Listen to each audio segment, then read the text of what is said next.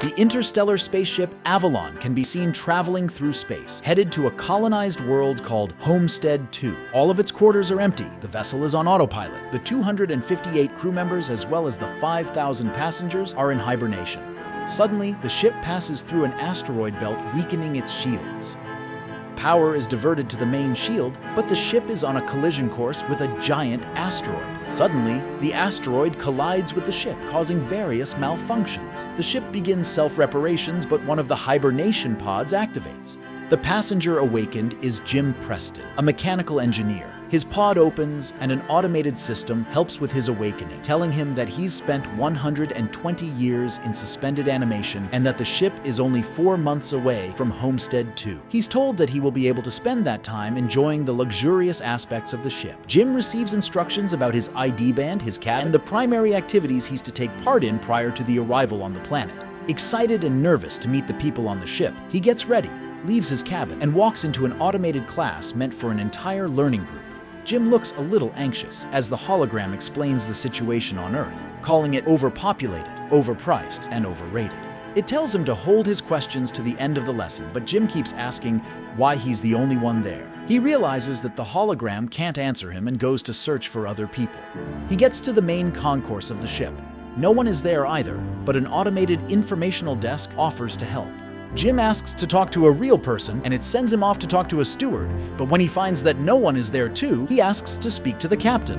When he gets to the bridge, even though he doesn't have access to go inside, he can see that none of the main crew is awake either. Jim eventually goes to the observatory, where he finds out that the ship is actually 90 years away from Homestead 2. He realizes that he woke up too soon, so he rushes back to the concourse and sends a message back to Earth asking what he should do because he doesn't know how to get back into hibernation. The communication system informs him that the overpriced call to Earth would take approximately 55 years to get an answer back.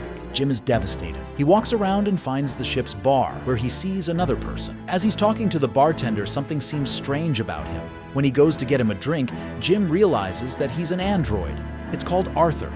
Jim wants to find out more information from him, but he can't even explain to the android how it's possible for him to be there ahead of time. Jim wakes up in his cabin the next day and goes to the cantina, where he quickly realizes that most of the things on the menu are reserved for gold-class passengers only. He gets his plain coffee and tries to figure out how to fix his hibernation chamber. After he gets all the tools, he manages to get it operating and lies down inside of the pod.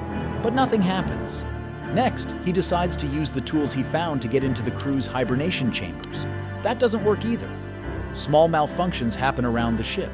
Jim keeps returning to the bar to drink, but mostly to talk to Arthur. The android gives him some advice that convinces him to break into one of the gold class rooms and try to have some fun on the ship. Jim tries all the restaurants, the games, the entertainment system, but as time passes, he becomes even more miserable to be there alone. One day, he gets drunk and wanders around the hibernation pods when he stumbles into an airlock with spacesuits designed for spacewalks. Jim gets into a suit and goes to the airlock, pushes a lever and then the button to release the airlock door. Once outside the ship, he's mesmerized by the view. He's the only conscious human being experiencing that moment in time. Jim releases the magnets on his boots and floats in space, feeling devastated. He comes back inside, takes off the suit, but goes back to the airlock without it on. He pulls the lever, ready to end it all, but changes his mind in the last moment, runs back inside, and slips on a bottle. Jim stands up and is instantly drawn to a woman in one of the pods, named Aurora. He searches for her files in the directory and listens to her passenger interview, becoming enamored with her. Later, he's seen sitting next to her pod, still listening to her interviews. Back in the bar, he's reading some of her work and is talking to Arthur about her writing. He becomes obsessed with the irony of his situation, going to another planet for a better life, waking up early and not getting there, and finding his perfect woman, only for her to be out of reach. Jim keeps thinking about her and starts getting the idea to wake her up too. He talks it over with the android, but he doesn't understand the conundrum. If he wakes her up for his own benefit, he'd be stranding her there with him, to die on the ship. Jim decides against it first, but as time goes by, he can't let it go. Until one day, he changes his mind. He goes to her pod and manages to activate it. As she's waking up and going through the same process as he did, he hides and goes back to his room. A little bit later, he goes to the main concourse, hoping to find her. And there she is, just as confused as he was a year ago. Jim tells her they're the only ones awake and takes her to the observatory. Then he tells her that he can't get to neither the crew nor the main commands of the ship. Aurora freaks out and wants to get back into her pod. When they get to it, Jim explains that there is no special equipment on the ship that can help them get back into hibernation, effectively telling her that they're stranded. They go back at the concourse, and he tells her that she should rest since she just came out of hibernation. She feels sorry for him, having to spend more than a year alone on the ship. Jim goes back to the bar, feeling regretful about what he did. He asks Arthur not to tell Aurora that he was the one that woke her up. The next day, Aurora wakes up. She goes back to the concourse and asks the automated info desk about the hibernation pods. Jim joins her there and they go to get breakfast. As they leave, the info desk has some sort of malfunction.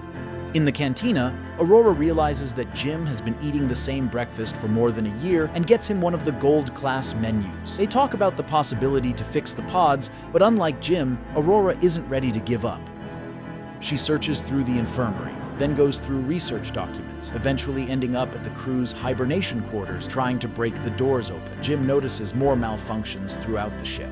Sometime later, Aurora laments about her life on the Avalon. She writes, jogs around the ship, and swims in the pool, becoming more and more aware of her situation. She goes to the cantina to interview Jim, thinking that his story might be interesting. She asks why he immigrated to the colony. Jim answers with slogans from the company first, but then further explains that he hopes that on the new world he could be somebody. He could build a life. Later, they end up in the observatory, and Aurora finally shares her reason to be there.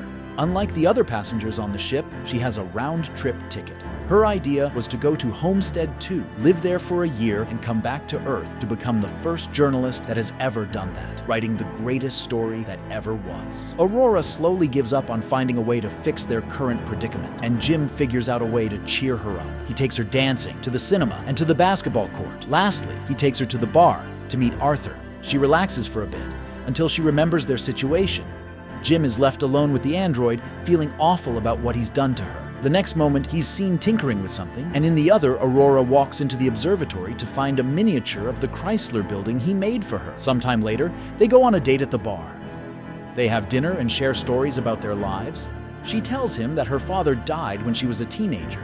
After the dinner, Jim takes Aurora to the airlock, and they get into the spacesuits. They go out for a spacewalk together. Jim finally has someone to share that magnificent experience with. Jim switches off the magnets on their boots and they float together in space. They come back inside and immediately kiss, retreat to his cabin, and sleep together. Soon after, they start living like a couple. Aurora moves into his cabin and writes about her life on the ship. They jog together, eat together, sleep together. Jim explores the ship further and finds the hydroponics bay.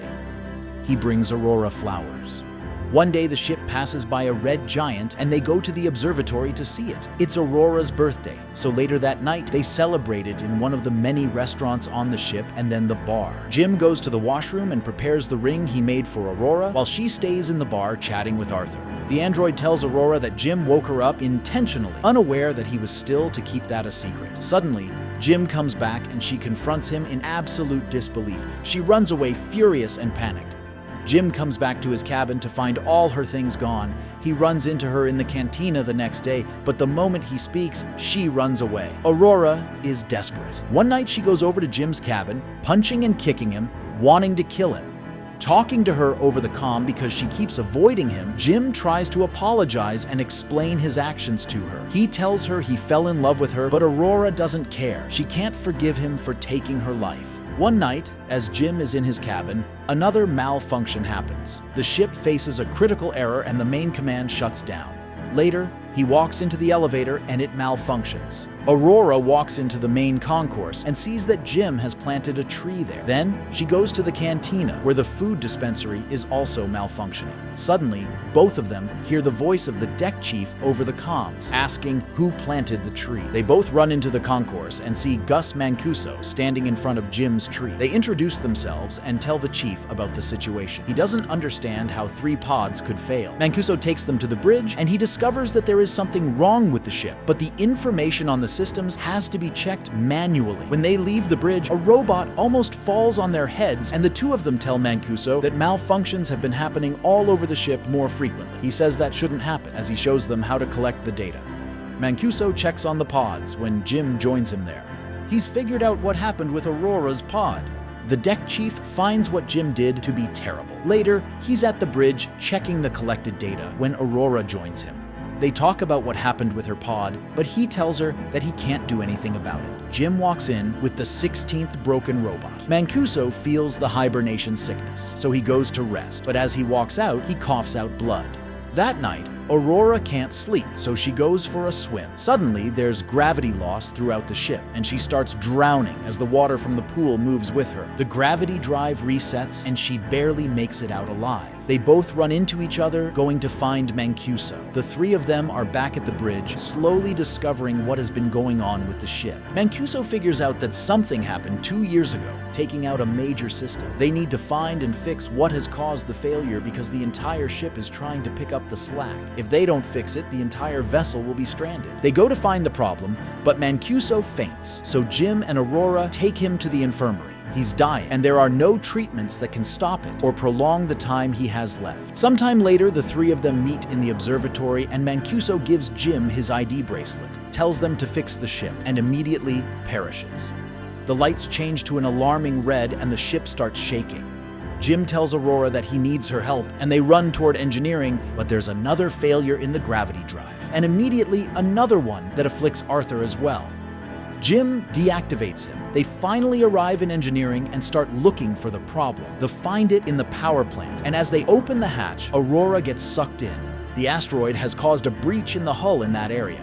Jim gets sucked in too, but he holds on to the hatch as it keeps closing on him. Eventually, he gets sucked in too, but they quickly manage to seal the breach. Instantly, after fixing that problem, Jim realizes that there is more than one breach in the hull. The two of them follow the trajectory of the meteor and find that it has hit the reactor control computer. Jim thinks he can find replacement parts for it. They find the part and change it, but the process of venting the reactor still fails. They do it manually, but it fails again. Jim figures out that he needs to open the vent door from outside of the ship so they can cool the reactor down. Both of them go to the airlock, and as he's getting ready to go out, he gives Aurora Mancuso's bracelet because he might not come back. She helps him with the suit, and as he walks into the airlock, she tells him to come back because she can't live on the ship without him. Aurora goes back to the reactor, where the temperature has hit critical heights. A bolt from the reactor propels into her arm as Jim is getting closer to the vent from the outside and sees the door. The temperature rises in the reactor while he is trying to bypass the vent door to open it. He soon realizes that he'll have to manually hold the door open so the reactor can vent, and he tells Aurora. She doesn't like the plan, but he goes ahead with it and tells her to vent the reactor. She doesn't want him to die, and they argue, but he tells her that they have to save the other people, and she vents the reactor. The process is successful, but the fumes from the reactor push Jim away and break his tether. The pressure in his suit is dropping too. He tells Aurora what happened, and she moves as fast as she can to get to another suit and bring him in. He apologizes to her again.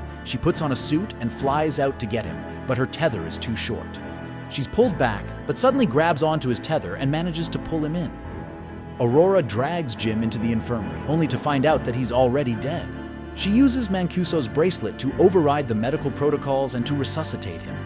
The medical pod does the work automatically and revives Jim. Aurora forgives him. Later, Aurora fixes Arthur and they give Mancuso a proper space burial.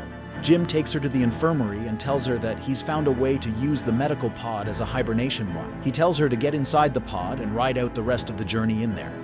But, as is later revealed, she declines and decides to stay with him, awake on the ship. Jim finally proposes to her and they live out their lives on the ship. 88 years later, the Avalon arrives on Homestead 2. The crew wakes up and finds the ship in a very unexpected state. Aurora leaves them a message, retelling the story of the life her and Jim had on the ship while the rest were sleeping. Don't forget to support me with the like and subscribe buttons. Stay tuned for more film recaps.